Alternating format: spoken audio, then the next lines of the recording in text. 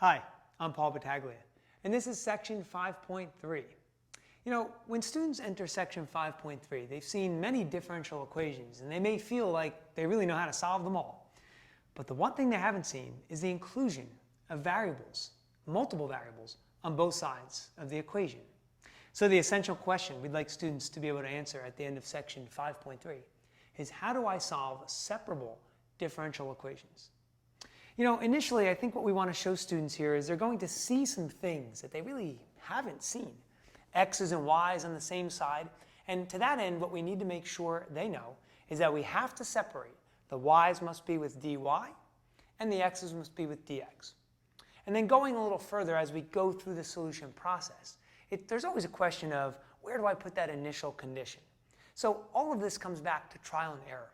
Let the students work it out for themselves. Let them see what works for them. And let's see if they have any issues more with the calculus or with the algebra. Now, let's give you a good example. Example 3, we'll run students through a nice example solving a separable differential equation. But there's a good chance there for us to look at the placement of that initial condition.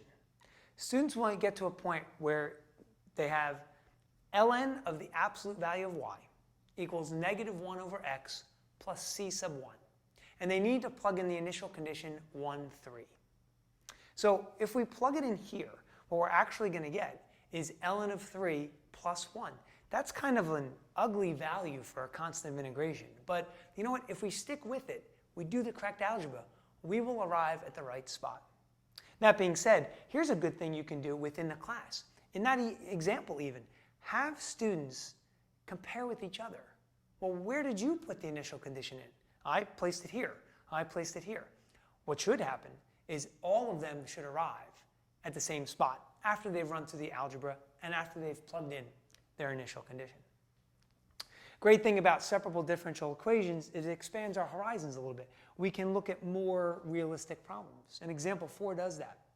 In example 4, we're looking at the rate of change of coyote population. And an interesting concept comes up, one that will actually be covered in section 5.4 by BC students. And that would be carrying capacity. It's the idea that, population doesn't necessarily grow exponentially all the time forever. There's got to be some limitation on it. And what they'll see, students in BC calculus, is that example 4 shows that that coyote population is going to reach a certain point where it's going to have to level off and kind of remain stagnant for a while, and that's what we call the carrying capacity. Let's talk about some common mistakes that come up with separable differential equations. Number 1 mistake, forgetting to separate the variables. As odd as that might sound, since it's our first step, students just really struggle. And maybe I shouldn't have said forget to separate the variables. They really just don't know how to separate them. So it's something you may have to take some time with and really work through a lot of examples with. We talked about placement of the initial condition. That's certainly an issue. And then what about the integration? See, since we're separating the variables, on both sides of the equation we have two almost completely different looking expressions. And so we have to integrate each of them. So on the one side, students might be comfortable, but on the other side they might not. So look for that. And then it's always a big mistake, bad algebra. Getting through all this complex calculus stuff and then doing the little things wrong. So watch out for that.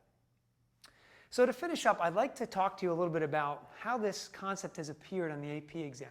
And it's not so much about teaching to the test. It's about getting students to understand the depth and the breadth at which they need to be able to talk about and display their knowledge of separable differential equations. So as an example, in a typical free response question, students might be faced with multiple parts. It's usually a 9-point question. And in part A, they may be faced with a differential equation, and it might have to be a separable one. They might be asked to draw a slope field. Maybe that's worth 1 point or 2 points. But then we get to the biggie. Part B might ask them to actually go through and find the particular solution to that differential equation. That could be worth as much as 5 or 6 points. And here's the breakdown. The first point might be simply for separating the variables. And you say, okay, it's 1 point. But here's what's more important. If students fail to separate the variables correctly, no points will be awarded on that question, even if somehow they were able to integrate something correctly. So is it worth losing any chance at points just because we can't separate correctly? That's why I highlighted that mistake earlier. Make sure we're good at that spot. The next couple of points will come from integrating, and then there'll be another point in there for recognizing a constant of integration and correct use of that initial condition. So we could be talking about students who, even if they have to fumble through the problem and it's a more complex problem, could still earn 3 to 4 points out of those 6. I mean, that's a significant achievement. I hope you found these tips helpful, and I'm sure you'll find much success in Section 5.3.